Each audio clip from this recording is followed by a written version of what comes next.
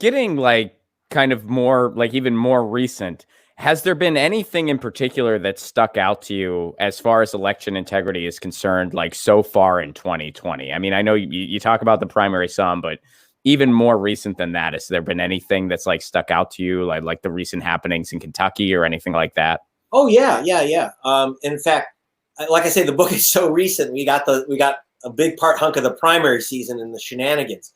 But to follow up, for example, I just spoke to Andrea Young. She's the executive director of the ACLU of Georgia.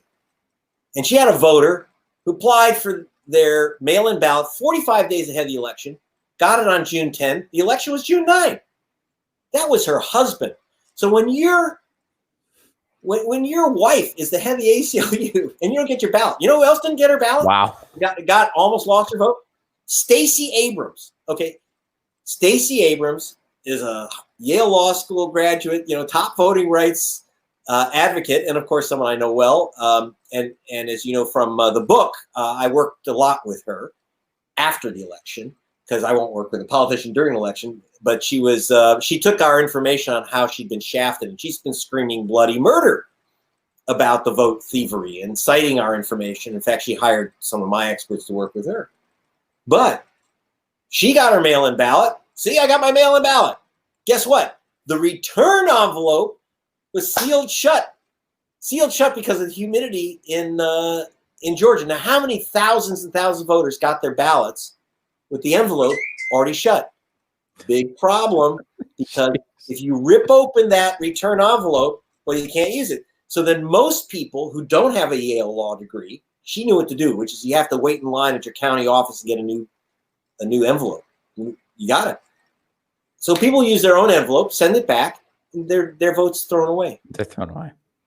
100,000 people lost their mail-in ballots for postage due. If you're in Ohio and you're listening, my friends, you better put 2 damn stamps on that envelope. Not one. I know it has 1 square, but that's to fool you out of your vote. Okay? In Wisconsin, in Alabama, you need a witness signature. In Alabama, you need 2 witness signatures, or, are you ready for this? You got to notarize your mail-in ballot. So what I'm telling you to do is you have to learn all the ways that they can steal your vote through the mail. So you got to fill out that ballot super carefully, make sure that if it requires witnesses, notarization, I'm sorry, it's not easy. You're stuck. Or you can wait in line and die. Okay? I mean, that's the other option. And that's why you saw all those lines in Georgia, by the way, Ron, and saw all those lines in Kentucky and Wisconsin. It's not because people, and it was mostly African Americans in those long lines. Now, that's bravery. They're willing to literally risk their lives for the vote. And that's an important thing. People are really willing to risk their lives right now because they think voting is so important. But I tell you not. And so what's happened is the reason why those people were in line, not because African Americans like to stand in humid rain in Georgia and get a virus. It's because they were not sent their ballots. You talk to half those people in line. Our teams went out there. We have the video. My ballot didn't arrive. My ballot didn't arrive. It arrived with the wrong information on it, etc. And so that's why people are in line, because they never got their mail-in ballots. And then they get, by the way, then, Ron, they get to the front of the line, and they said, well, we sent you a ballot. So I never got it. Sorry, you can't vote. You got to bring in that ballot. I don't have it. Well, then vote on this wonderful provisional ballot. Oh, yeah. Let's go there. Let's go there. Yeah. Because this is in the book a lot. Why are provisional ballots a cause for alarm, Greg? Well, if you want your vote counted, don't make it provisional. The reason it's called provisional is that they don't really mean it. It's kind of placebo is what they should call it. It makes you think you voted. Your name, they think you voted, but you haven't. That's the big problem. Mm.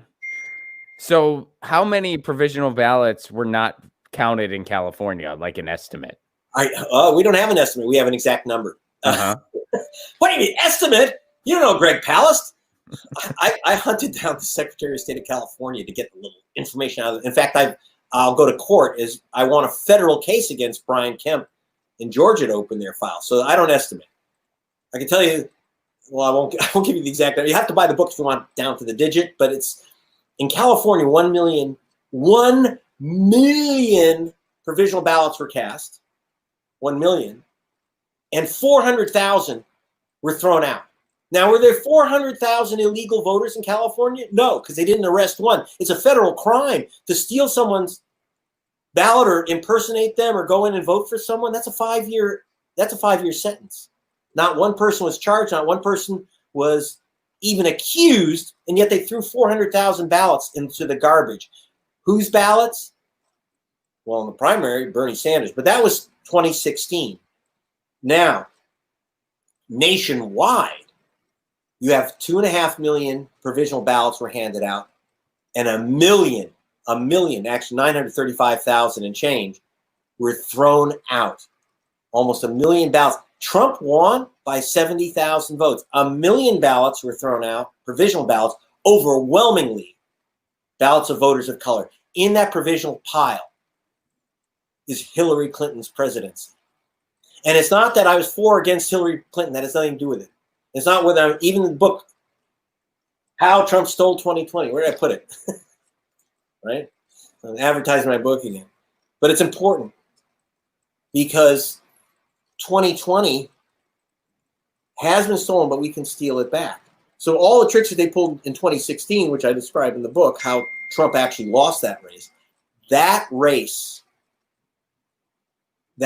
was fixed too. You can't understand 2020 race without understanding what happened in 16. Get your news on with Ron. Don't you want to know what's going on? We're getting our news on today. Get your news on with Ron. Don't you want to know what's going on? We're getting our news on today. You can tweet me an article at Ron Placone. We'll go through it together and make it our own. Get your